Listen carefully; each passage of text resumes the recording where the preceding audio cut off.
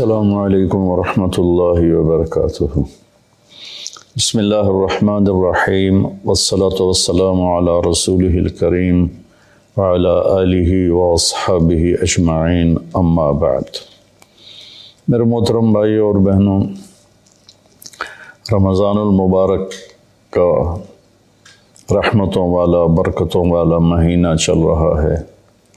اللہ تعالیٰ اپنی رحمتوں سے ہمیں نوازے اور ان اعمال سے ہماری حفاظت فرمائے جس سے رحمتیں اٹھ جاتی ہیں۔ ابھی ایک حدیث میرے ذہن میں آئی جب میں ریکارڈنگ کے لیے آ رہا تھا، میں نے چاہا آپ سے بھی شیئر کروں۔ یہ دو حدیثیں ہیں، ان کو جمع کر کے میں ایک نتیجہ اخذ کرتا ہوں، وہ آپ کے سامنے پیش کرتا ہوں۔ اللہ کے نبی صلی اللہ علیہ وسلم مدینہ میں تھے تو جبریل انسانی شکل میں آئے اور آپ کے سامنے اتحیات کی شکل میں بیٹھ گئے اور آ کر آپ سے پوچھا مل اسلام، یا رسول اللہ اسلام کیا ہے؟ عمر رضی اللہ تعالیٰ عنہ فرماتے ہیں کہ ایک نوجوان تھا، وہ آ کے مجلس میں بیٹھا تو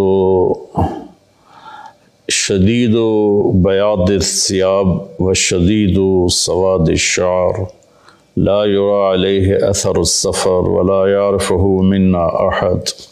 ایک نوجوان آیا، سفید کپڑے، اس سے اندازہ ہوا کہ مسافر نہیں ہے، کیونکہ اس زمانے کا سفر تو کپڑے سارے ہی خراب کر دیتا تھا، اور اگر وہ مسافر نہیں تو لا يعرفه منا احد، ہم میں سے کوئی اس کو پہچانتا بھی نہیں۔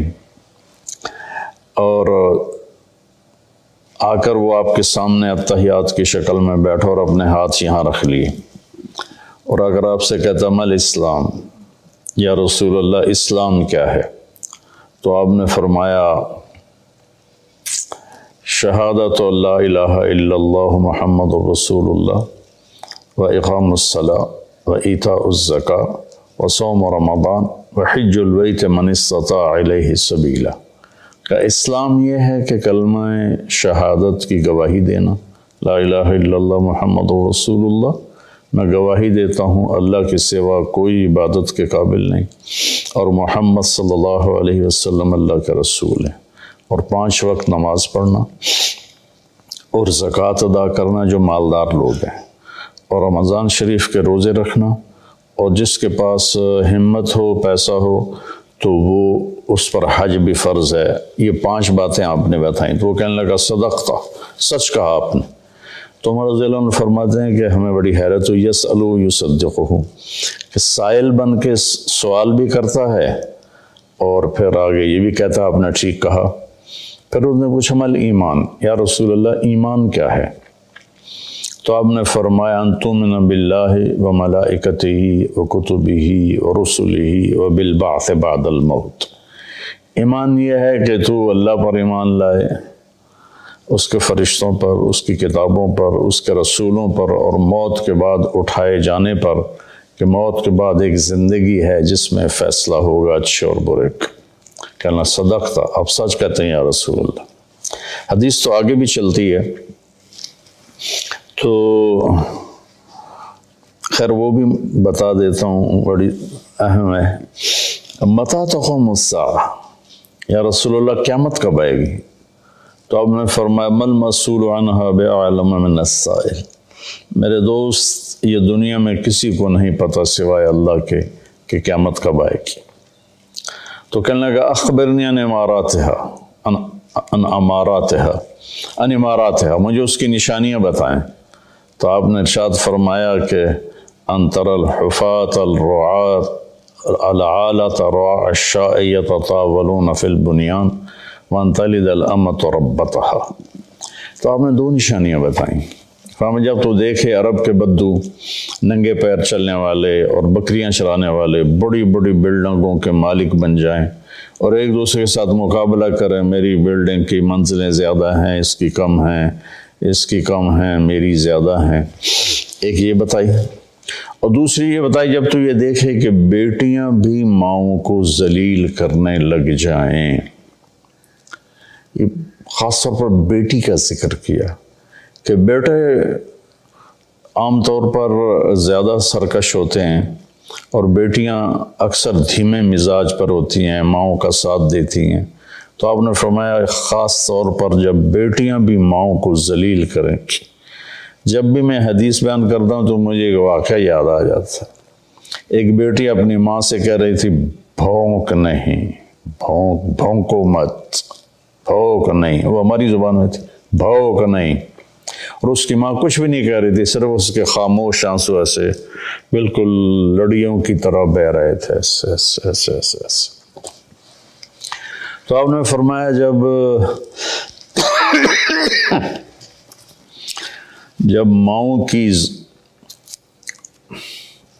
بیٹیاں بھی عزت نہیں کریں گی اور ان کو ذلیل کریں گی تو بس پھر سمجھو کہ قیامت قریب ہے. اس کے بعد وہ اٹھے اور چلے گئے. پھر آپ نے حضرت عمر سے فرمایا بعد میں کہ جانتے ہو یہ کون تھا؟ کہا جی نہیں. کہا یہ جبریل تھے جو تمہیں دین سکھانے کے لیے آئے تھے سوال کی شکل میں. تو یہاں اسلام کا جواب آتا ہے 5 ارکان اور ایمان کا جواب آتا ہے 5 عقیدے. اللہ پر، ملائکہ پر، کتابوں پر، رسولوں پر اور موت کے بعد کی زندگی پر. یہ 5 یہ اور 5 ہو. یہ ایمان 5 عقیدے اور اسلام 5 اعمال. لیکن آخری حج میں جب اسلام مکمل ہو چکا ہے، پورا دین نازل ہو چکا ہے، الیوم اکملت لکم دینکم واتممت علیکم نعمتی ورضیت لکم الاسلام دینا، یہ عرفات میں یہ آیت نازل ہو چکی ہے اور دین کے مکمل ہونے کی خوشخبری دی جا رہی ہے. صرف اسی امت کو یہ خوشخبری ملی اور کسی کو نہیں ملی. تو وہاں عمر بن عبسہ رضی اللہ تعالیٰ عنہ ایک صحابی ہیں جو حج میں ہی شریک ہوئے. پہلے مکہ میں آئے تھے تو آپ نے کہا ہم بہت کمزور ہیں، ابھی چلے جاؤ، جب اللہ ہمیں طاقت دے گا پھر آ جانا. تو یہ کلمہ پڑھ کے چلے گئے اور پھر یہ آئے جب آپ حج میں تھے. تو انہوں نے حجۃ الوداع میں سوال کیا. کس جگہ پر یہ ہو سکتا کہیں لکھا ہو، مجھے یاد نہیں. کہ یا رسول اللہ مل اسلام. اب جبریل مل اسلام اور یہ بھی کہہ رہے ہیں مل اسلام. جبریل کے جواب میں 5 اعمال: کلمہ، نماز، روزہ، حج، زکوٰۃ. یہاں کیا ہو رہا ہے؟ مل اسلام. یا رسول اسلام کیا؟ اب اسلام مکمل ہو چکا ہے. جبریل، حدیث جبریل میں پہلی بنیاد کو بتایا ہے کہ یہ 5 اعمال بنیاد اسلام ہیں، یہ نہ ہو تو اسلامی نہیں ہے.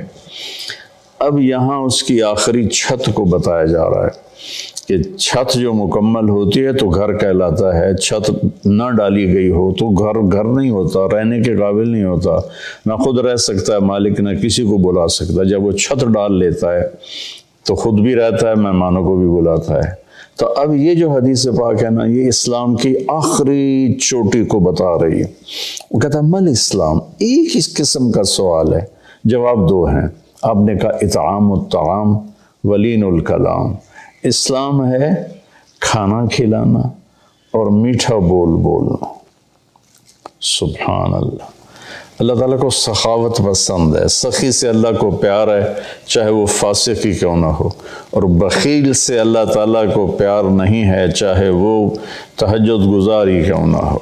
جو پیسے کا پجاری ہے، یحسب مالہ اخلد ان مالہ اخلدا جمع مالا وعددا. تو یہ اللہ کو انتہائی ناپسند ہے جو پیسے جوڑ کے نہ اپنے اوپر خرچ کرتا ہے، نہ بچوں پہ خرچ کرتا ہے، بس مال بڑھا رہا ہے، کاروبار بڑھائے جا رہا ہے. تو یہ اللہ سے اس کی دوستی کبھی نہیں ہو سکتی. تو اطعام الطعام، کھانا کھلانا. ولین الکلام، اور نرم بولنا، نرمی والا بولنا، نرمی والا بولنا، نرمی والی گفتگو کرنا. یہ اسلام کی انتہا ہے. تو کھانا تو بہت لوگ کھلاتے ہیں، لیکن زبان کا بول نرم ہو، میٹھا ہو، یہ امت سے نکل گیا ہے، کم از کم بر صغیر سے تو نکل گیا ہے، باقی دنیا بھی پھرا ہوں، دست و گریباں ہیں اور پیچھے زبان کا بول ہے، رشتے ٹوٹ رہے ہیں، محبتیں ختم ہو رہی ہیں اور خاندان بکھر رہے ہیں، اس کے پیچھے کہیں کہیں جائیداد کے جھگڑے بھی ہیں، لیکن زیادہ جس چیز نے آگ لگائی ہے وہ ہے یہ زبان کا بول۔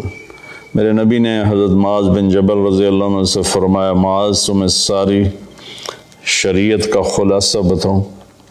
تو انہوں نے کہا جی کیا ہے؟ تو آپ نے ایسے کیا، یہ دیکھیں میری 2 انگلیاں، اور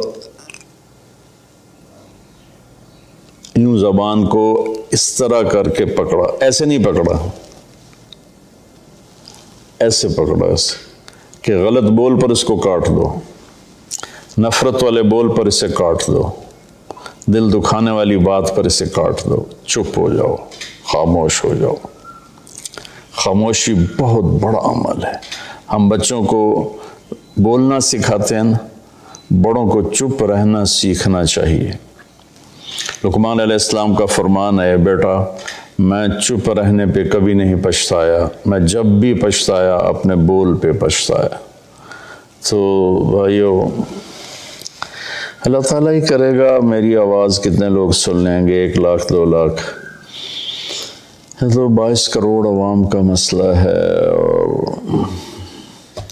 اچھا کبھی کبھی تو مایوسی میں ڈوب جاتے ہیں کہ پتہ نہیں ہدایت کو پھیلتا دیکھنا نصیب میں ہے یا نہیں ہے، پوری شیطانی طاقتیں متحرک ہیں۔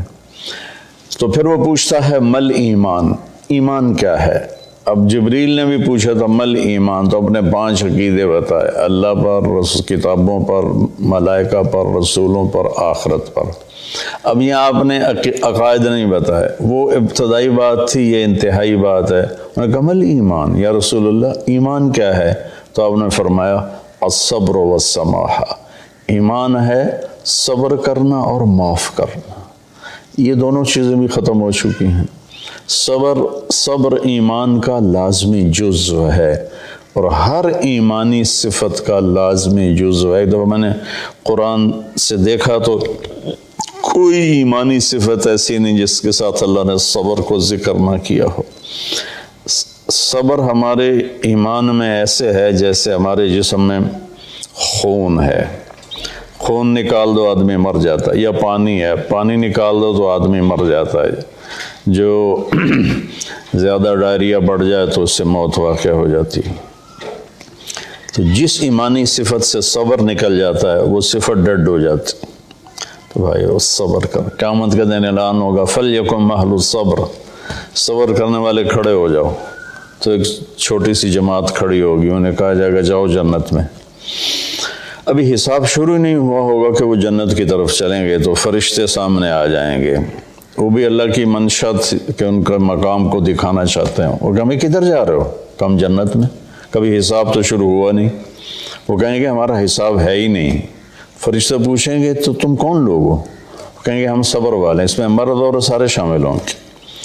جس نے بھی صبر کے ساتھ اپنا وقت گزارا، اپنے ہونٹوں کو سی لیا، پی جائے ایام کی تلخی کو بھی ہنس کے ناصر، غم کو سہنے میں بھی قدرت نے مزہ رکھا ہے۔ تو وہ کہیں گے ہم صبر والے ہیں۔ وہ کہیں گے تمہارا کیا صبر تھا؟ تو کہنے لگے ہم اللہ کے فرمان پر جمے اور صبر کے ساتھ جمے، اپنے نفس کو بے قابو نہیں ہونے دیا، ہم اللہ کی نافرمانی سے بچے اور صبر کے ساتھ ڈٹے رہے، اپنے نفس کو بے لگام نہیں ہونے دیا۔ وَصَبَّرْنَا عَلَى الْبَلَاءِ، اور اللہ کی طرف سے کوئی آزمائش آئی تو ہم نے اس پہ شکر ہی کیا، صبر ہی کیا۔ وہ کہیں گے انطلقوا فَنِعْمَ أَجْرُ الْعَامِلِينَ، آپ چلیے تشریف لے چلیے، آپ VIP لوگ ہیں، آپ کا کوئی حساب نہیں ہے۔ تو اب وہ پوچھ رہا ہے اسی سوال کو، مل ایمان، ایمان کیا ہے؟ تو آپ فرما رہے ہیں صبر کرنا اور معاف کرنا۔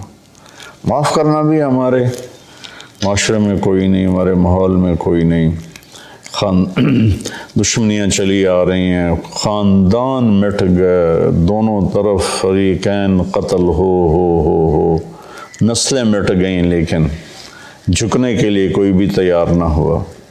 میرے نبی نے مکہ میں فاتحانہ داخلہ کیا، 10,000 کے لشکر کے ساتھ مکہ میں داخل ہوئے۔ آج موقع تھا کہ سب کے لیے پھانسیاں تیار ہوتی، ایک ایک کر کے سب کو پھانسیوں پہ لٹکایا جاتا، اور آپ نے بیت اللہ کے دروازے کی چوکھٹ کو پکڑ کے یوں کھڑے ہو کر فرما انا صانع بکم، آج تم میرے تابع ہو، میں تمہارے ساتھ کیا سلوک کروں گا۔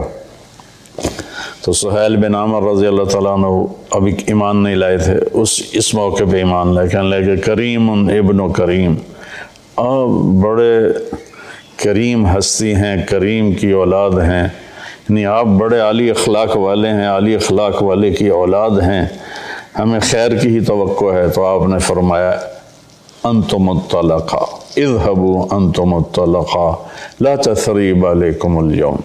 میں وہ کہتا ہوں جو میرے بھائی یوسف نے اپنے بھائیوں سے کہا تھا، یوسف علیہ السلام نے، کہ جاؤ تم آزاد ہو، تم پر کسی قسم کا کوئی ایلیگیشن نہیں ہے۔ سبحان اللہ۔ 21 سال جنہوں نے آخر حد تک آپ کے دکھ پہنچانے کے سارے جتن کر لیے، وہ ان کو کہہ رہے ہیں لا تثریب علیکم اليوم، تمہارے ذمے تو کوئی جرم ہی نہیں بنتا، تمہیں سزا کیا دوں، جاؤ تمہیں معاف کی۔ عثمان بن طلحہ رضی اللہ تعالیٰ عنہ کے پاس بیت اللہ کی چابی تھی، خاندانی طور پر آج بھی اسی خاندان میں چلی آ رہی۔ تو جب آپ مکے میں تھے تو آپ نے ایک دن عثمان بن طلحہ سے کہا میرے بھائی یہ ذرا بیت اللہ کا دروازہ تو کھول دے، میں اندر جانا چاہتا ہوں۔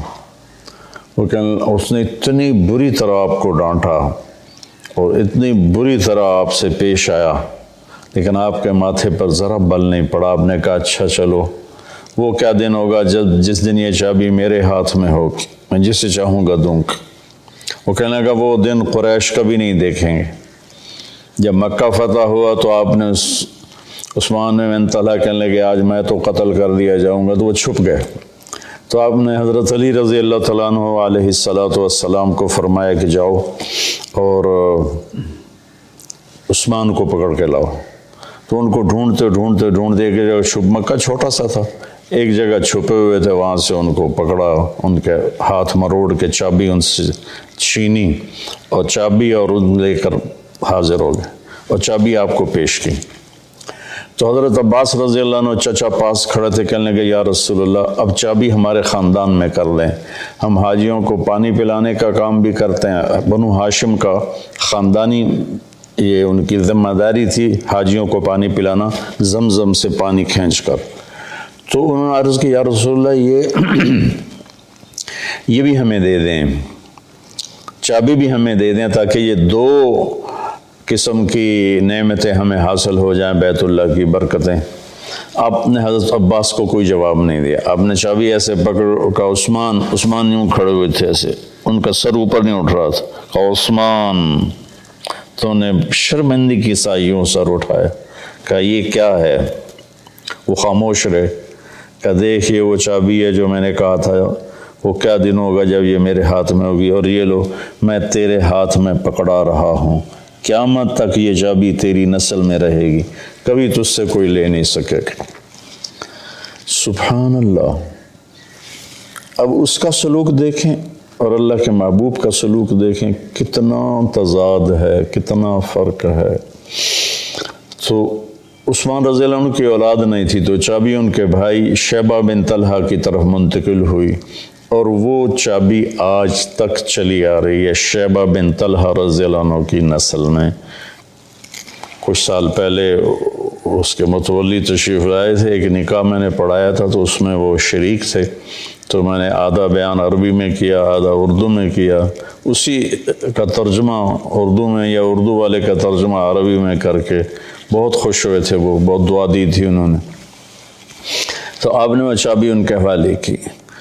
تو ہمارے ماحول میں معاف کرنا بھی نہیں رہا، تو ایمان کی، اسلام کی صفات کھانا کھلانا، میٹھا بولنا، اس کو بھی ترس گئے ہیں، اور ایمان کی صفات صبر کرنا اور معاف کرنا، اس کو بھی ہم ترس کے رہ گئے ہیں۔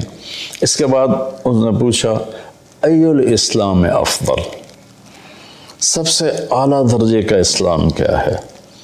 آپ نے جواب دیا تھا کہ ای الایمان افضل، اس کا بھی آپ نے جواب دیا کہ انہوں نے پہلے پوچھا اسلام کیا ہے، پھر پوچھا ایمان کیا ہے، پھر پوچھا سب سے بہترین اسلام کیا ہے، تو آپ نے فرمایا من سلم المسلمون من لسانہ و یدہ، جو کسی مسلمان کو ہاتھ اور زبان سے تکلیف نہ پہنچائے، یہ سب سے بڑے ایمان والا ہے، سب سے بڑے اسلام والا ہے۔ پھر اس نے پوچھا سب سے بڑا ایمان کیا ہے، تو آپ نے کہا اچھے اخلاق، حسن الاخلاق۔ ان دو پر انشاءاللہ کل گفتگو کریں گے۔ آج میں نے پہلی دو صفتیں اسلام ایمان، اب آگے آئے گا اسلام کا سب سے اعلیٰ درجہ کیا ہے اور ایمان کا سب سے اعلیٰ